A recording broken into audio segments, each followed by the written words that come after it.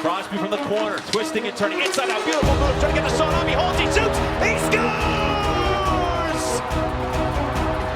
Absolutely! The pitch, high fly ball center field. It's hit pretty well toward the wall. Goal!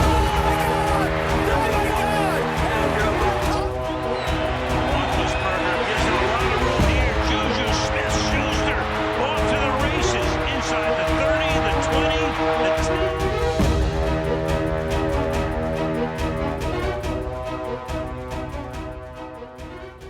Welcome to another live edition of Pittsburgh Sportsline in the BPTV studios in Bethel Park, Pennsylvania. Thank you for watching us. We appreciate it. Hello to all our new fans, our old fans, and anybody else that just happened to turn on Verizon 32 or Comcast 7. Ran into a friend of mine, Steve Miller, who's good friends with the Fabus family. Haven't seen him in 3 years. He said, we could talk all day. I go, I got to go do a show. He goes, what? So he said he'd tune in. So if you're watching the show, hello to our Bethel Park resident, Steve Miller. All right, I'm Al Levine, the talking machine, Smoking Jim Frazier, Chip Hayner, back from a hiatus, Nick Callis. And we appreciate you watching Comcast 7, only in Bethel Park. Verizon 32 in Bethel Park, all the way from Nemacolin, Cranberry, Wexford, all points in between. Yes, city of Pittsburgh, you name it, you can see us. And thanks for the Facebook likes on our page, 6,917. We appreciate that. We have lots of sports to talk. We have our opinions. We have a little bit of facts. And we always try to provide information from sports all around the country. We bleed black and gold in case you didn't notice. Well, Have you jumped off the wagon? Smoking Jim's our man of humor, and he's going with it. You fix me up there. All right, we'll start with some of our promos. We are on Public Access TV. They sponsor our show. Let's see what A1 came up with here. Here we go. Look at that, centered perfectly. Not only is his hair not out of place, this literature's spot on. 412-831-1900, Hillcrest Shopping Center, right on 88 near Brewster's. You can't miss it. They provide great Italian food, salads, desserts, you name it. Smoking Jim loves it. He'll be eating shortly. He pauses till he talks, and he'll show you he does bite his fingers once in a while, so you got to watch that. All right, we end each show with Stay Joey Strong. Thanks, Nick. Mm-hmm. Hi to Bill Means, Ralph Williams, good evening. And some of you, I just wanted to let you know, when you go on Facebook Live, my phone limits how many I can see. If you do make a comment or say hi, I'll acknowledge you through the show. And when you make comments to Smoking Jim, he has two phones, not very technological. He worked in the computer business, he told me, for 18 years. I don't know why I got to explain everything to him. So he won't be able to reply. Sorry for the little thing. And I am picking on him. This is Joey Fabus before DIPG, after DIPG. He lost his life at 8 years old, 7 years ago. And his family started the Joey Fabus Childhood Cancer Foundation. You can donate money, time. They have events. The biggest event they do is the 5K 1 mile superhero race at the high school in September. I film it each year and interview all the people that want to talk to me. Some of them run away, but I do get a lot of them, and they raise the most money there. So check it out. They're doing a lot of great things in our community. All right, let's see how Anthony does. Look at what he got there. He gave the thumbs up. There it is. The Bethel Park Historical Society Schoolhouse Arts and History Center, 2600 South Park Road. Has that big old red and white trolley there. Can't miss it. 1905 schoolhouse was built. Been all refurbished, new roof, windows, you name it. They even have a new flagpole that's historical. So they do a lot of great things, have events. Stay tuned and check out their site. You can donate money or anything you want in time. You can even volunteer Tuesday, Thursday nights. They help work and refurbish and clean the place all the time. All right, next up, it's a great 501c3. If you listen to our shows in the last 6 months or so, not only did I explain to Smokin' Jim what a 501c3 is, we had Jake, the hockey guy, come in who gave us the Jacksonville pick and the Steeler pick to get in the playoffs. Gave you the greatest bets on $5, not like our man Smokin' Jim. And he made money. All right, always be smiling. The B stands for Bennett. Died at 16 and a half. And he had 2 kidney transplants. His dad, Dean, gave him the last one. And he just didn't make it. He had other complications health-wise. But he was always smiling. So in honor of him, his mother, Kristen, Father Dean started this. They help other people with kidney disease, from young kids and families, and help pay some of their bills to get the kidney transplant. And they're helping and doing fundraising in the city. And I got them up over 1,000 and growing. So if you can, thank you for everybody. If you can like their page, always be smiling. Thank you. All right, we're winding down. Little fundraiser. We're doing Santa for seniors. Donate blankets, Pittsburgh wear and gear, like whatever Smokin' Jim's not wearing, don't put it in the basket.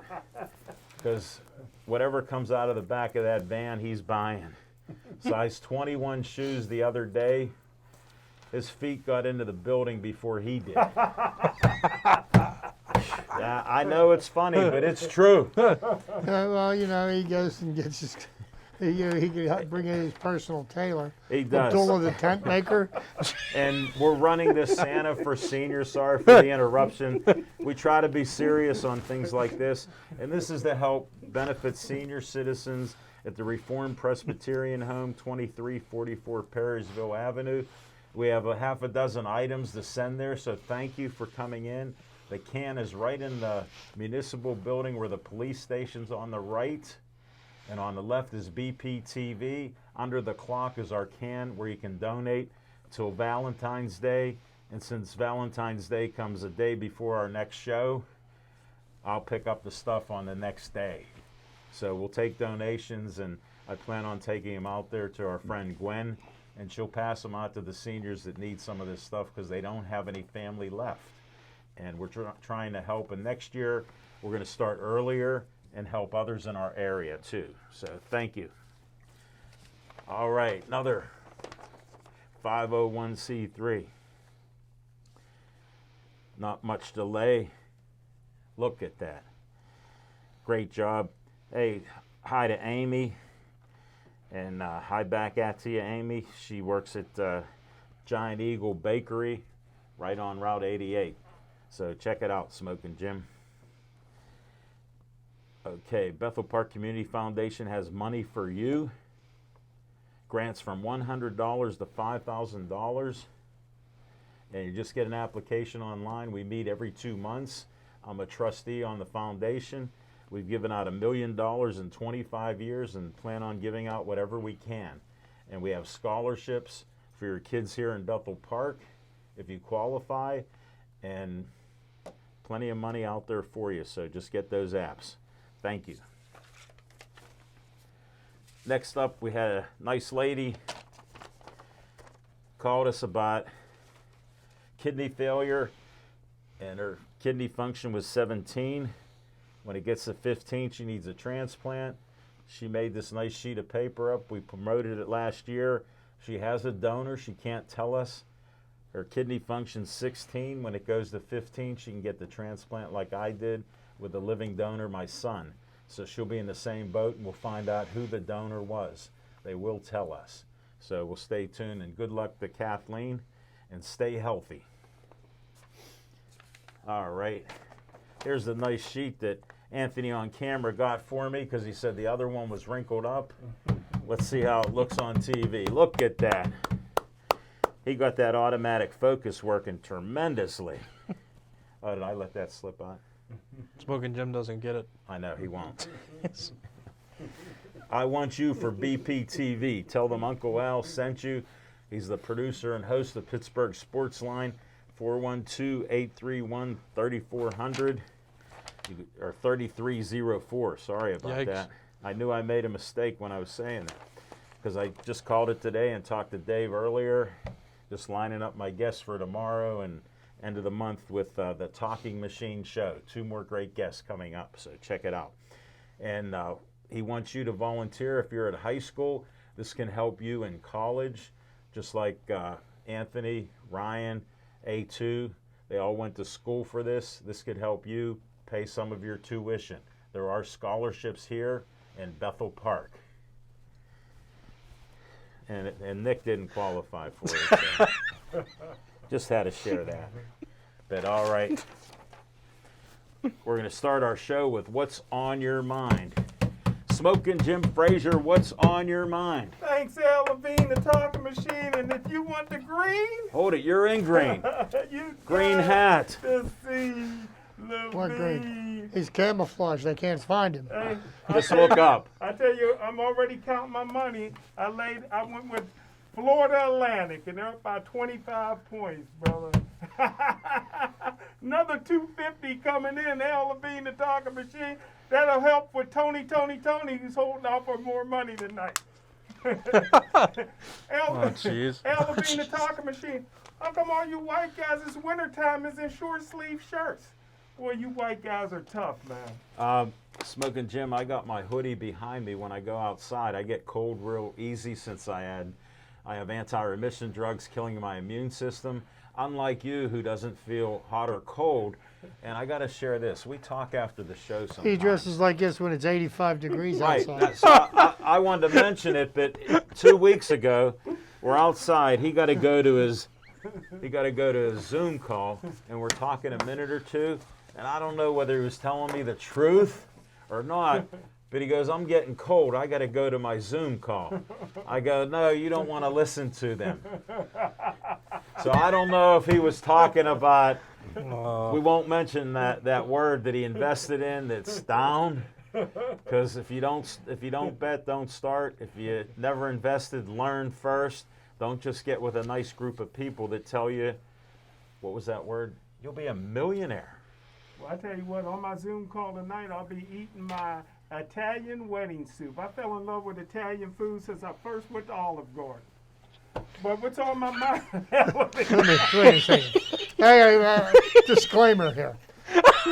The Olive Garden is not an Italian restaurant, okay? Let me second that with Chip. It's the Italian version of McDonald's. Here, all of my Italian friends, and I grew up with all of them, from too. DeMeo's, Russo's, Piccinini's, Strategos, Florioli's. I played baseball with some of them. I played baseball with them, and they played with me, and I know who they are. Some of them coached me. They told me that is not an Italian restaurant.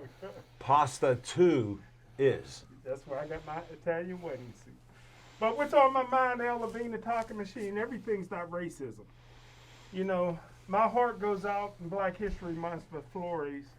Listen, Al Levine, the talking machine, everybody knows that a good friend of mine is one of the greatest coaches in NFL history, Bill Cowher. And Bill Cowher showed me his notebook one time. He had 200 names per position, say wide receiver coach. He had 200 names that he would hire if his wide receiver coach left. You know, most people in the National Football League, most organizations are worth more than $1 billion. So these guys are multi-billionaires. They know if they fire somebody who they want to hire. So everything's not always racism, Al Levine, the talking machine.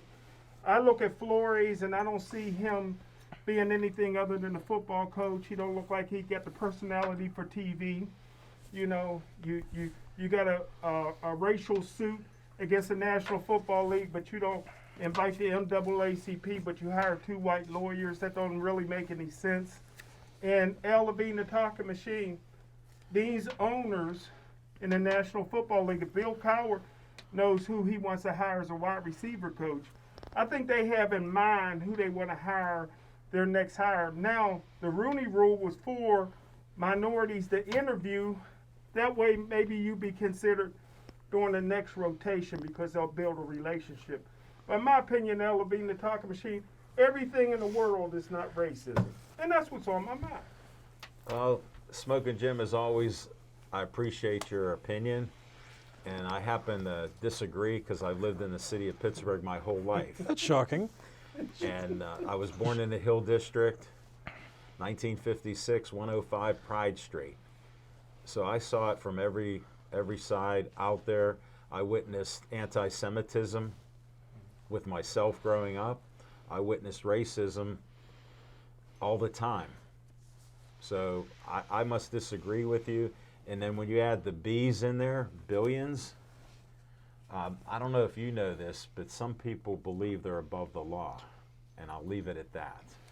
And that's my humble opinion because we're going to carry on. I respect my BFF at all times, but I disagree on this point. And we're going to go to Chip Hayner. What's on your mind? Oh, I guess this is the night that the NFL gets to be the punching bag. Hooray! Guess it's time for me to get my workout in, and I'm going to Hold break. it, interruption. Bill Means 1-0 Penguins.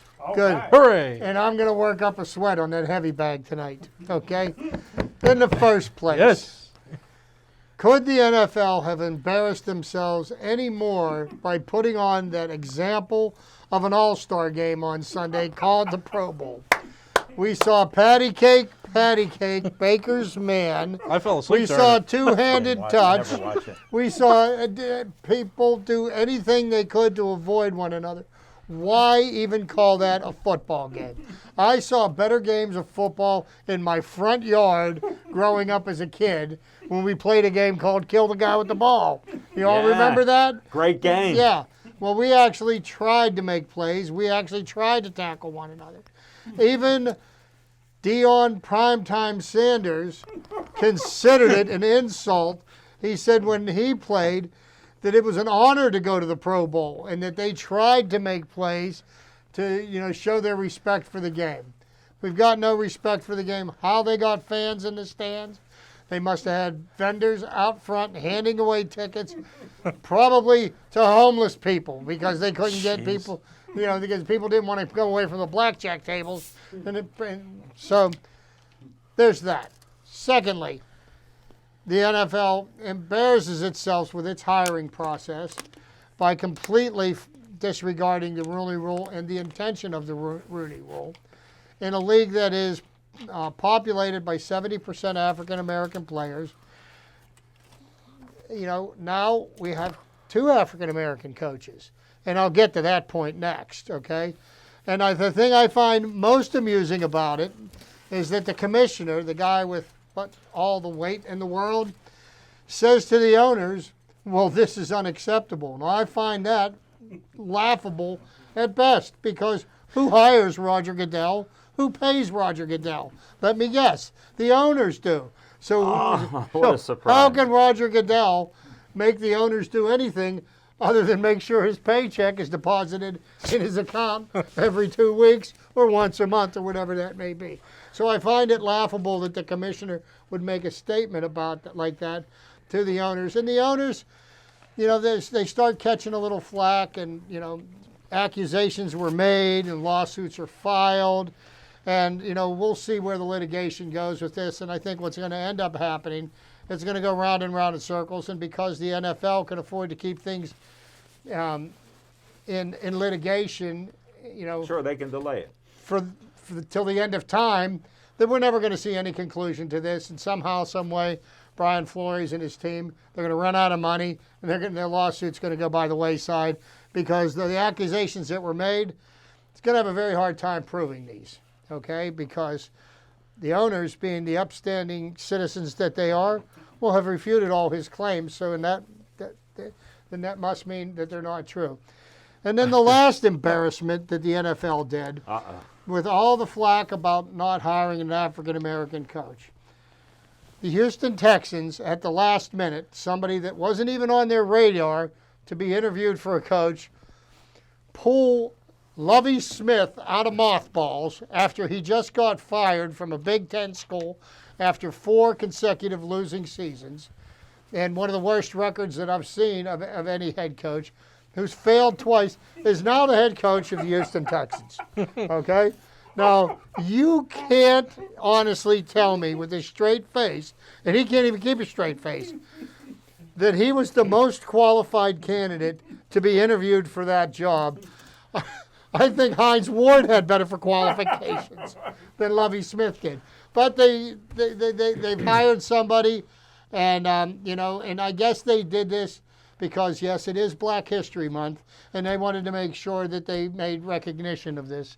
But I think it's a farce. I think it's a joke, and something needs to change in the way their hiring practices go. But how do you institute change? The way they're going about it is not the way. That's what's on my mind. The only thing is, Chip, you make some great points. But what I've learned with trying to fight big companies and stuff, sometimes it just takes an innocent start like this to get others to follow up on it. Because he sacrificed himself knowingly. Right, but he sacrificed himself. But what is there? What kind of punishment can you employ on an ownership No, group? those are the problems. Yeah. Where that would be like me fining my employer for the way he treats an employee. Really? Right. I mean, does that doesn't make any sense? So there is no consequences for how the ownership decides to do Right. things. I mean, if there were consequences, let's talk about Daniel Snyder.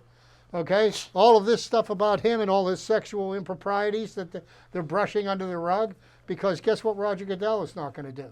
He's not going to produce the evidence for anybody to see. So if you can't see the evidence, I guess there's no crime. You're pumping me up too much for the simple fact, when you take Gruden, who were all the other people on the emails? And I rest my case with who's above the law. I started that earlier. Chip co-signed it right now, and there are no consequences unless you go to the court of public opinion. Well, the NFL has a history of destroying evidence. They destroyed the evidence in Deflategate. They destroyed the evidence in Spygate. They're destroying the evidence for Daniel Snyder. So, if they got something that could possibly tarnish the shield, we fire up the paper shredders. But yes, you had something to say, Jim. Yeah, only disagree with one thing that you said. We're not African American, we're black. Okay. Great statement, Smoker. Proud of you. Well, again, I need to see his facts because they go back to illegally, they brought him here from Africa. So, it's a great point, but it's sort of... You can refer to yourself however you want. I'm just going to call you my friend, Jim Frazier. I just call him my BFF that looks for something negative to distract us, and he does it continually. And I wanted to tell Jim Ellenbogen, this is Chip Hayner. I heard that he works on your yard. So Jim is watching. Hey, Jim. So he's out there. Gio Pizzo's watching. Bob Beers, who I worked with at the press for years, is watching. Again, thank you. Tony from Chick-fil-A that goes by Anthony in public life. He's watching, and he said, Eric Bieniemy, what about him? Does he have to get 40 interviews to get hired? He couldn't coach us. He couldn't lead. Well, you know what? I understand why Brian Leftwich didn't get hired, because he got hired and was in consideration for a head coaching position. And then he said, the only way I'll be the head coach is if you fire the general manager that interviewed me. Okay. So, these black guys really throwing their weight around. No, that doesn't make. How do you come into a job as a new hire and say, well, the only way I'll work for you is if you fire my direct superior? No, hey. I thought he had the job. I was telling everybody he had the job. Right. And then I found out that he said, I won't work for Trent Baalke. Okay, you fire Trent Baalke and I'll be your head coach. Hold it. You're making me think of a guy, what's his name? From Michigan, Harbaugh? I love it. 9 hours in an interview, and he got assistants leaving. and they thought he was going, and he's back, and he missed signing day, which when you're recruiting kids, when you're recruiting kids, they want to know who their coach is going to be the next year, let alone 4 years. He wasn't there. Wow. So what was he thinking and saying when everybody says what a great coach and guy he is? No, this is something that I read. I don't know how much truth there is to this. Okay, because I'm confused. But I'm gonna just put it out there. I understand that his demands were he wanted in the neighborhood of a $100 million contract, Yeah. like Gruden's. Okay, and Guaranteed. the Raiders found out how much of a disaster that was. Okay, and they are paying out through the nose to pay Forever. that contract Yeah. off, and no team wants to be tied to somebody for that period of time. Because think about it, how many coaches last more than 3 or 4 years anymore? Right. You know, you sign them to a guaranteed contract. Yeah, sorry, I know sorry to Peyton- stir it up. I'm getting a little distracted here, but NFL, they not only have skeletons, but they have skeletons with blood still on them. That's how ripe they are, because since the Rooney Rule came out, like all companies do, they hire an accountant to get over on stuff. They learn somebody massage their books, or they look for gray areas in business. How did they interview all of these black coaches and then hire who they wanted, who was white, recycled, and had losing seasons, never even went to a Super Bowl? Well, Lovie Smith wasn't white, and he's recycled, and he's probably, of all the head coaches hired this hiring season, Well, here's probably the least qualified. here's my theory. The lawsuit got him hired. And that's hiring him for all the wrong reasons. That's part of what we're talking about. There's no consequences for the NFL, so if somebody puts up something that looks like it's helping the cause, whether they're black or African American, doesn't matter. They're still a different color than Lily White that owns the team. All right, enough of this. We're going to go get more from Nick Callis. What's on your mind? Oh, there's more. Don't you worry. How did I guess? No. I'm getting on now. Getting pumped up as well. So, Thanks for being I'll quiet. get more. I got an opinion that I'll say for the segment about the whole Brian Flores situation, but more NFL nonsense having to deal with the racism that and the allegations that we've seen now. I heard in a developing story that the whole reason why this lawsuit came about was because Bill Belichick accidentally texted Brian Flores and texted Brian Dable instead for the New York Giants job. Right, and they that- showed the text. But is he that dumb? Is he that dumb? Is Bill Belichick that dumb? That's amazing. Have you? Well, Don't Not use saying that. much for you. They're challenged. they're challenged. They're challenged challenged people. with social media the way it is today. Yes, but now I also heard the allegations that coaches were paid to tank and to do poorly, and then Hugh Jackson decided to come out of nowhere and start talking about how that happened to him, and then he retracted his comments, and that dude is also kind of challenged. I don't. You think? Yeah, his name isn't Jackson. It's Jack. Okay, you can fill in the 3 letters at the end. I don't like Hugh Jackson. I don't. He comes on the wagon. And he's like, you know what? I'll make this claim too, 'cause this will make me look better. And then he's like, and then the Browns owner comes out, and then, then he kind of retracts himself back into the darkness that is post NFL. But what in the world's going on? Well, where's the lawsuit against him for defamation? Yeah. Good point. Yeah, good point. I don't know. But, yeah, so that's all going on. Is Belichick that challenged? Is I don't like Hugh Jackson. And I also wanted to say that I talked to Doran Dickerson at the Fan because he used to play, and I wanted to ask him, I'm like, if a coach were to ask you to tank, if a coach were to ask you to just perform more poorly, would you do it? You're making your same salary, and you still, you're making an income, and you still get to be on the team. Would you tank? And he told me, no. And I never thought of this. He's like, well, because you are playing for the next contract. Just because you have a contract now doesn't mean you're guaranteed to get paid from the team in the future, or you're not guaranteed to have anybody else have interest in you. So he wouldn't stop. And I never considered it from that player's perspective until he said that. So I don't know how valid these let's force these teams to do poorly. I know a coach can choose which players that he would play, but I don't think the players would intentionally try not to win games. So that perspective of it's a little, Well, for me, I don't buy basically it. what I don't buy it. Doran's saying is that every game he plays is basically a job interview for him. He's Exactly. going to go out there and show his wares, Right. Yeah. Yes. you know, and Yes. show that he's worth the next contract. Exactly. Football, you got to go 100% or you're going to get hurt. However, Joe Theismann, who's one of my favorite all-time football players, college and pros, when he was in the CFL, he made a lot of extra money point shaving. Throw the ball 5 feet over somebody's head in the end zone. He didn't lose the game, but he made sure the points was within the point spread, and he made a lot of money with the bookies. So.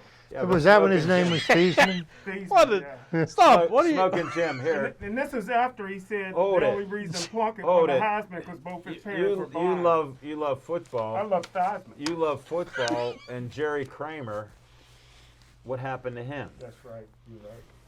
You're right. He was Paul doing. Hornung. He was doing. Oh. Or Paul Horning. Yeah, he was doing Sam what Dawson, yeah. he was doing. What you do, degenerate gambling, And Pete Rose. and he got banned. At Florida Atlantic tonight. And he got banned. Yeah. And then, what was baseball known before the Black Sox? Their games were all bet on and controlled by bookmakers didn't know and that. things for years, know because you only learned about baseball being on Pittsburgh Sportsline, Oh, he doesn't have to worry about sports gambling. He's got a tanking investment right now. That's right. which is good. But Smoking Jim, you're a little bit innocent. There's been gambling in sports, and I don't know if you missed this, because I know you like basketball a little bit. Yes. Did you ever hear of point shaving in basketball? Yes. Referees. No. I'm talking years ago in the 50s. Oh, I didn't know about that. Yeah, they did point shaving, and you ever hear of a guy named Connie Hawkins? Oh, yeah, that's right. He got was accused suspended. of doing it. Yeah, and he did do it.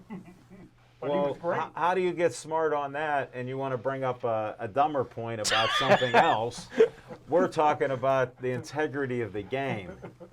And that's what we're trying to talk about here. Money. And I always tell people, follow the money. Hey, you got a few other people. Jim Ellenbogen always has a little joke with me. I do wild caught fish all the time.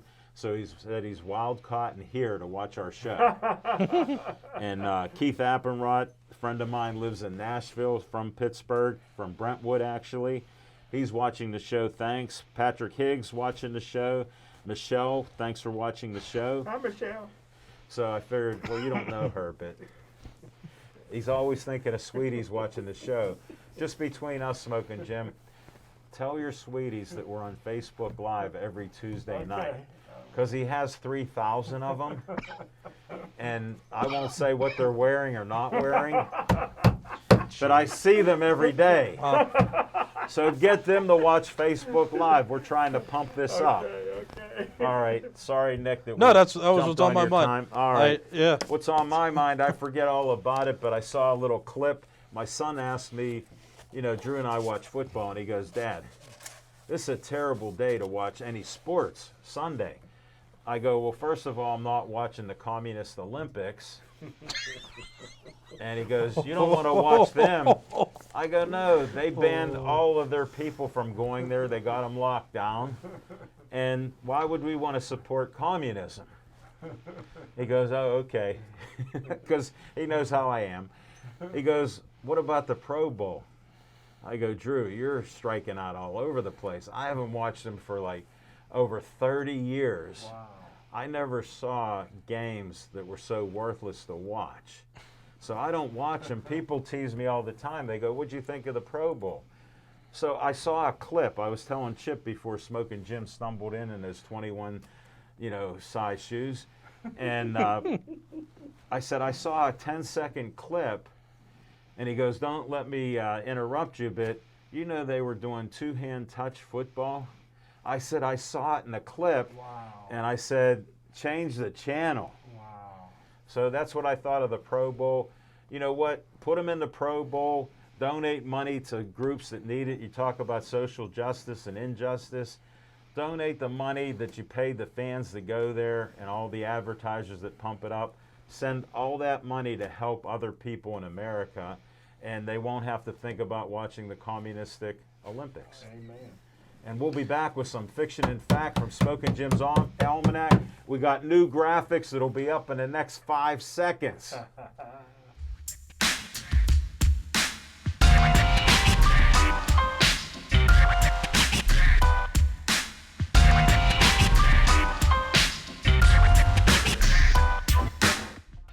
Thanks, Al Levine, the talking machine. Got to salute our captain. We couldn't be here without A1. Appreciate you running the show for us, my main man. Ryan back there, best editor on the planet. He's filling in for the ones and twos. You didn't even acknowledge poor Ryan. Hey, what are you back there. doing? But I tell you what, Al Levine, the talking machine, this is going to be very, very fast. Okay, next person. This fiction of Next. fact goes back about a week. And, you know, everybody talks about the NFL has 2 black head coaches. They actually got 3 black head coaches. Miami Dolphins, I don't know if they knew that the guy they hired was a black coach, but his dad is black. His name is Mike McDaniels. He's biracial, they say. Well, if you got 1 drop of black blood, they can consider you black. Al Levine, the talking machine, we go way back. A week. This guy, his dad was a living legend. His dad played for Northern Colorado before Aaron Smith played there. He was the all-time leading receiver until Vincent Jackson, may he rest in peace, shattered all his records. Great facts. We're getting the facts. Where's the fiction? His kid looks whiter than Nick. I was waiting for the fiction. Grew up in an all-white neighborhood.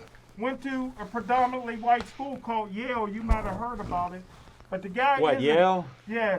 The guy is an offensive guru. Been outstanding everywhere he's been offensively. I don't know if they have the offense in Miami, but he got Pittsburgh ties. His uncle is not only one of my good friends, but he's better friends with Nick. Him and Nick is, his uncle and Nick is like this. The guy's oldest brother, his youngest brother is good. His dad. Is it oldest or youngest? His dad's the oldest. Twice removed. His brother, Thank you. that's friends with me and Nick, is the youngest. Nick and him is like this. He asks about Nick every day. Kevin McDaniels, that's his nephew. yeah.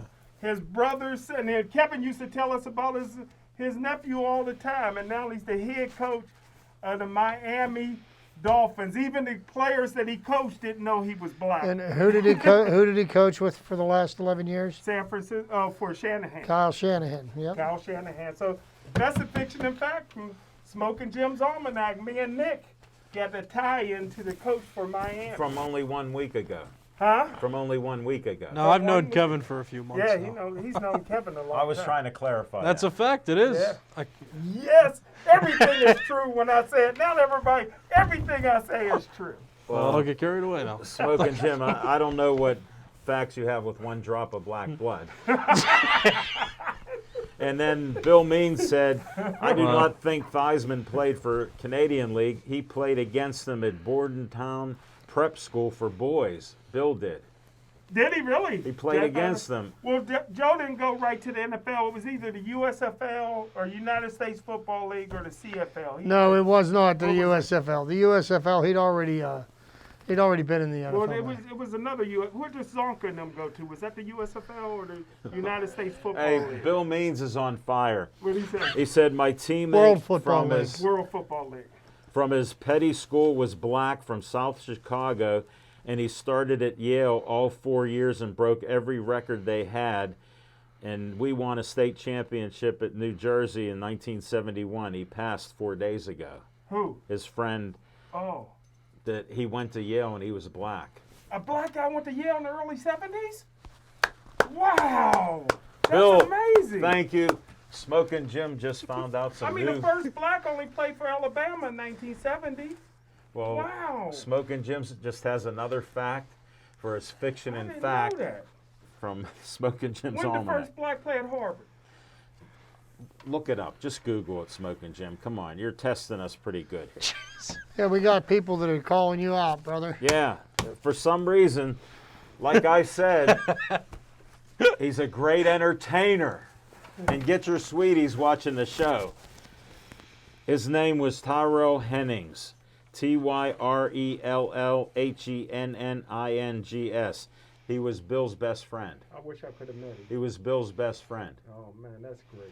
Thank you, Bill. We appreciate your insights. Let's go to Nick. No. No. We got to go to Chip.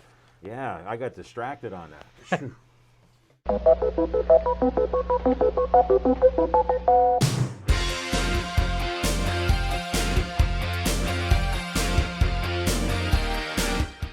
Well, What a graphic. what a graphic. Welcome back, everybody. In the in honor of Black History Month, You told us last you would. week I teased, and I'm going to run down what one person's list of the top 10 Negro League players were. This is one person's opinion. There'll be other players that I'll be talking about as the month goes on. Thank you. Even though this list, some people may disagree with it, and I'm not going to get into numbers because the one problem with the statistic keeping in the Negro Leagues was very incomplete. Yes. And it's hard to say because, rumor has it Josh Gibson hit over 800 home runs, but they can only account There's no for... proof. We They- never was good in math. There we go again. You had him on your list, though, so why are you talking There's a disclaimer poorly about on the man? racism by Smoking He was Jim on your So- best Sumner. baseball To players get list. to, Smoking Jim went racist on us. to move the list forward. His opinion only. And my list is the top 10. That means 5 on this hand, 5 on this hand, no feet. Nothing in between. No toes on either foot are going to count, okay? So, Perfect. number 1, Satchel Paige. The years played from 1927 to 1947. I don't think there's ever been anyone quite like Satchel Paige. He was 6'3", skinny, threw hard. Although his command was probably his greatest asset, he was also the ultimate self-promoter and legend builder. Yes. So, everybody has heard of Satchel Paige. And what was his comment? Don't look back. Somebody might be catching up to you. Yes. He was famous. Number 2 could potentially be one of the greatest Negro League players of all time, Oscar Charleston. Yeah. He was a center fielder and a first baseman. He played from 1915 to 1941. And comparable major league players to his level of talent were Trish Speaker and Willie Mays. Wow. Those are 2 Hall of Famers. Okay. Charleston's abilities and suggestions that he was the equal of Cobb or Speaker or Ruth or better. James rated him the 4th greatest player of all time between Babe Ruth, Honus Wagner, and Willie Mays. Wow. What a group. Number 3. Played a lot of years here in Pittsburgh for the Pittsburgh Crawfords and the Homestead Grays. Josh Gibson. Comparable major leaguer of equivalent talent. Johnny Bench. But Josh Gibson was a better hitter. Wow. Quote, I played with Willie Mays and against Hank Aaron. They were tremendous players, but they were no Josh Gibson. That's what Hall of Famer Monty Irvin said. Wow. So, number 3 on the list. Number 4, John Henry Pop Lloyd. Comparable major league player, Honus Wagner. Baseball historians concur that Lloyd was one of the greatest black players ever, but Babe Ruth, in response to a question by announcer Graham McNamee, eliminated the color distinction when he stated that Lloyd was his choice of the greatest baseball player of all time. Really? What an endorsement. Number 5, Buck Leonard. First baseman, years played, 1934 to 1938. 1948, comparable major league players, Jeff Bagwell and Lou the Iron Horse Gehrig. Wow. Quote, Good I company only again. wish I could have played in the big leagues when I was young enough to show what I could do. When an offer was given me to join up, I was too old and I knew it. Anybody can play first base. There's another Can I Except take you Pedro out to the Alvarez. infield sometime? I'll throw some balls from third base to you. How about hit a couple to him? So number 5 was Buck Leonard. Number Thank you. 6, Turkey Stearns, an outfielder. He years played from 1920 to to 1940. A comparable major leaguer was Carl Yastrzemski, Triple Crown winner for the Boston Red Sox. Yes, he talked to his bats. Stearns tended to think of his bats as living extensions of his own arms, and he could carry the best of them around in violin cases. He carried around different sized bats for different situations. After games back at the hotel, teammates would overhear him thanking his bats for delivering big hits or admonishing them for popping up. If I had used you, one teammate recalls him saying to a bigger bat, I would have hit a home run. He was known to threaten a bat that slumped with an axe. Wow. And thought to sleep with a bat that had been particularly good that day. It goes without saying that he never let anyone use one of his bats. Turkey Stearns, outfielder. Chip, I got to interrupt you. I got an announcement to make from our director of BPTV, Dave Cable. Live graphics and good directing. I think I might tear up with pride. Way to go, guys. You're doing a great job, guys. You're making us look good. And Ryan. No, don't forget Ryan. Ryan's in there. Did you forget Ryan? He's got the graphics going No. on. Did you forget Ryan? Always give Brian praise. You forgot him. Okay, Only be one captain. moving forward.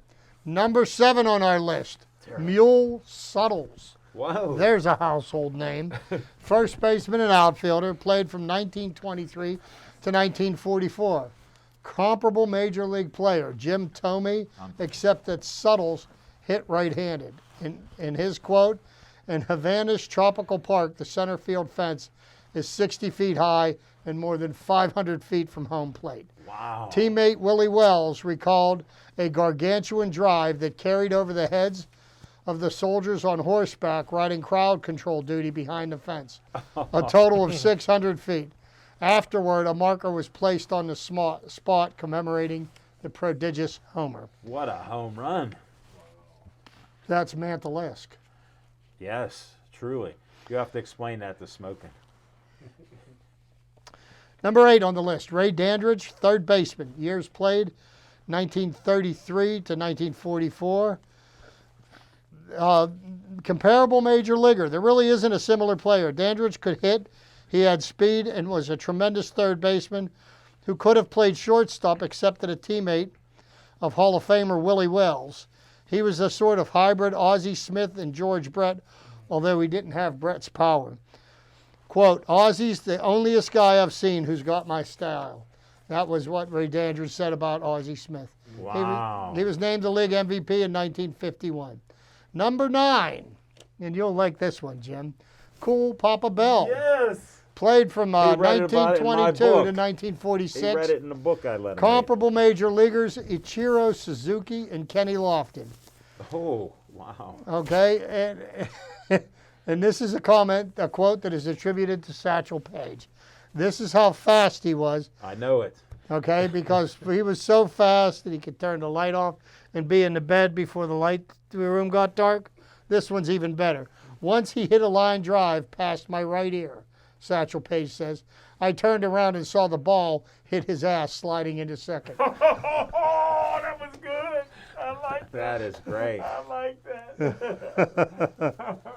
Must be true. That must be the truth. I love that quote. So, pardon my language, folks. And number 10, Willie Wells, shortstop. Years played 1924 to 48. Comparable major leaguers, Barry Larkin and Troy Tulowitzki. You should have seen Willie Wells play shortstop, as good as Ozzie Smith and a better hitter. Wow. Nicknamed the Devil, he actually received that moniker in Mexico, where he played in winter, apparently from opposing players who quickly learned. Let's see here. Go ahead. Take your time. Jack Maine Jr., thanks for watching us. All right. And anybody else whose name hasn't showed up, thanks for watching us. We appreciate it. And we're trying to build up the people watching with Smoking Jim Sweeties. All right, and then finally, just a few more players of note, some names Go ahead, to lay keep it in on mind. Cristobal Torriente, center fielder, a Cuban superstar from 1912 to 1932. Martin Dihigo, another Cuban star known as El Immorta, in other words, the Immortal. Judy Johnson, third baseman. If Dandridge is the best third baseman in I think Negro I've Leagues, heard of him, yeah. then Johnson would be. And Biz Mackey, another catcher, switch hitting catcher, who hit for high average and is regarded. Thing. So there's a rundown of some of the top players of Negro League history. I'll leave that for my friend Jim so he can study it. I can quiz him on it next week. Thank you. And Bill Means said he never heard of these names, and thanks for presenting it to others that haven't heard them either. I knew about 80% of them because I've read on them before. Well, and I've read up on the, because of the history of the Crawfords and the Homestead Grays. Oh, yeah. And I'll tell you what, folks, read about it. It's fascinating baseball history. Yeah. Yeah, it truly is. All right, let's move on.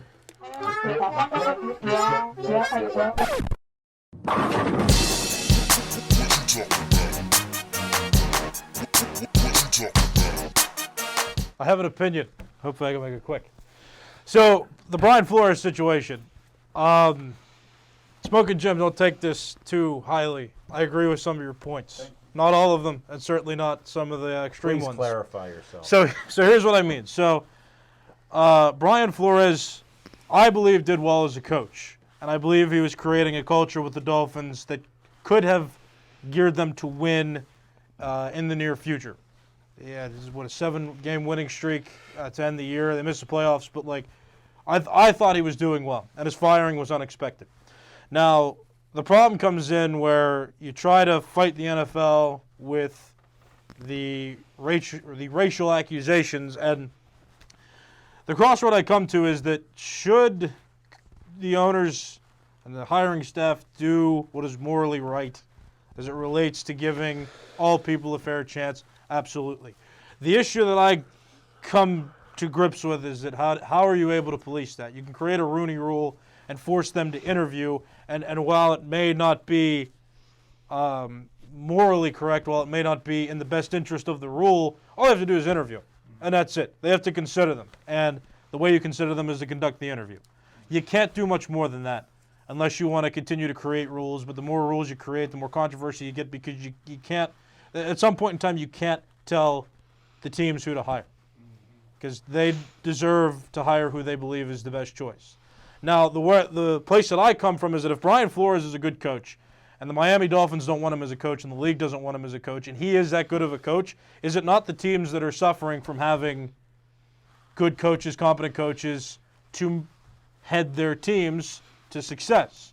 Really, if you don't want to consider these people, if you don't want to consider Flores and he is a good coach, then every single team in the NFL is hurting because they're not willing to give somebody who might have success as a coach a chance to coach their teams. You can't force them to do it, though, which is where I agree with you. But at the same time, the teams are only hurting themselves by not hiring a coach who is competent, as demonstrated by the Houston Texans and what I said about Hugh Jackson earlier. So that's my opinion on it. If the teams don't want the guys, they don't have to have the guys, but the teams suffer as a result. Very well said. Great points, Nick. Oh, and your dad said Steve with an S is watching the show. Did you know his name starts with an S? Because he tells me that all the time. I just think he's humorous. Yeah. So we'll move on. All right.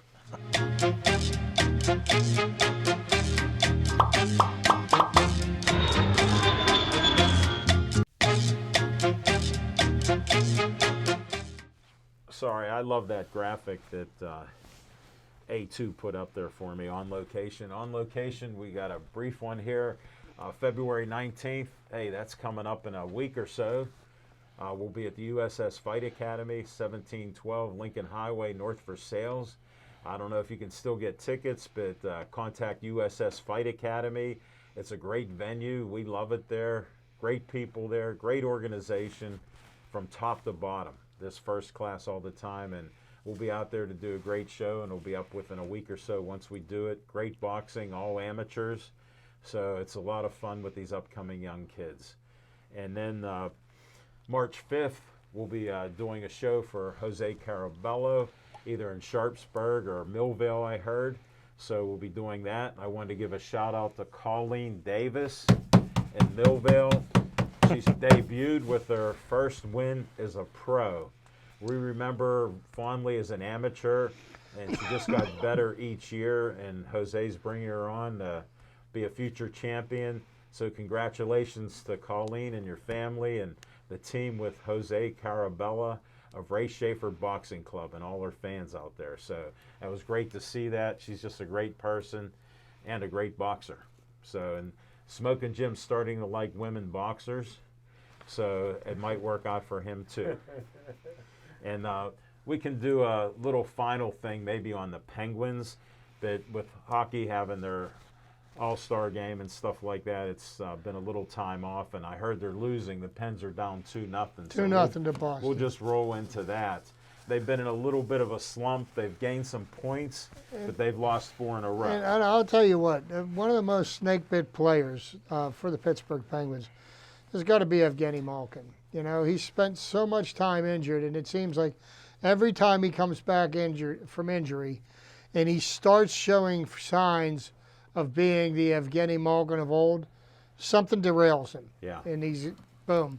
COVID He's got COVID. And, you know, the last few games, the last game he said that it finally, you know, he got into a couple of scrums in the corners and his knee finally felt like it was normal again. Like he wasn't worried about re-injuring it or it giving up.